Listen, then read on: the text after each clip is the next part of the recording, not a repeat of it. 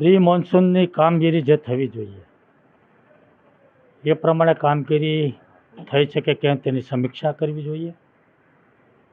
ખાડી પૂર દર વર્ષે અતિ વરસાદને કારણે આવે છે, તો ખાડીના કામ જે ખોરંભે પડ્યું છે એને તાત્કાલિક હાથ પર લઈ અને કાયમિક નિરાકરણ કરવું જોઈએ.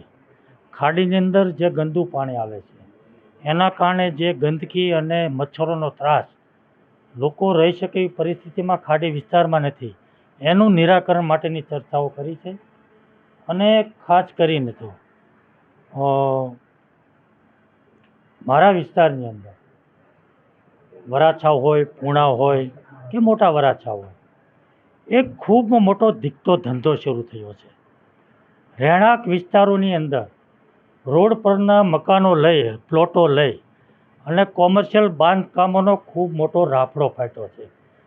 અને આ કોમર્શિયલ જે બાંધકામો થયા છે એના કારણે સોસાયટીમાં રહેતા લોકોને ખૂબ મોટી મુશ્કેલી ઊભી થઈ છે અને ટ્રાફિકની સમસ્યાઓ અને રોડ બંધ કરવાની સમસ્યાઓ ઊભી થઈ છે.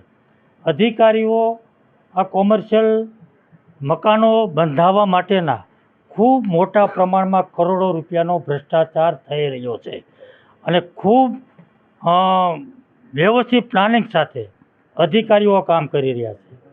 મારી માગણી છે કે આવા અધિકારીઓ સામે પગલાં ભરવા જોઈએ. બેફામ ચાલતા કોમર્શિયલ કામો રેસિડેન્ટની અંદર બંધ થવા જોઈએ. સણિયા વિસ્તારની અંદર કોટેજ ઇન્ડસ્ટ્રી પાસ થાય છે, મંજૂર થાય છે કોર્ટ એનો પ્લાન, પણ બેફામ જે કામ થાય છે એ કામની અંદર મને કોઈ વાંધો નથી, કામ થવું જોઈએ, ઇન્ડસ્ટ્રી થવી જોઈએ, રોજીરોટી લોકોને મળે, પરંતુ આ તમામ મકાનોને પૈસા ભ્રષ્ટાચાર વગર કોઈ કામ થતું નથી. જે માણસ કોઈ મકાન બાંધે છે, ઇન્ડસ્ટ્રીની અંદરની જે મકાન બાંધે એ તમામ લોકો આપણા અધિકારીઓ અને એના દલાલો સાથે વહીવટ કરીને ભ્રષ્ટાચારથી બેફામ બાંધકામો ચાલી રહ્યા છે. મારી માગણી છે કામ થાય, ઇન્ડસ્ટ્રીયલ ઊભી થાય, મને કોઈ વાંધો નથી, પણ ભ્રષ્ટાચાર થયા પછી બાંધકામ થાય તો આપણે એને બાંધકામ કરવા દેવા જોઈએ, થવા દેવું જોઈએ. પણ ભ્રષ્ટાચાર થાય, પૈસા આપે તો જ બાંધકામ થાય, પૈસા ન આપે એનું ડિમોલેશન થાય, આ બંધ થવું જોઈએ, આવી મારી માગણી છે. પ્રી મોન્સૂનની જે કામગીરી છે તે ખરેખર હજુ સુધી થઈ નથી. હવે ચોમાસું આવી રહ્યું છે.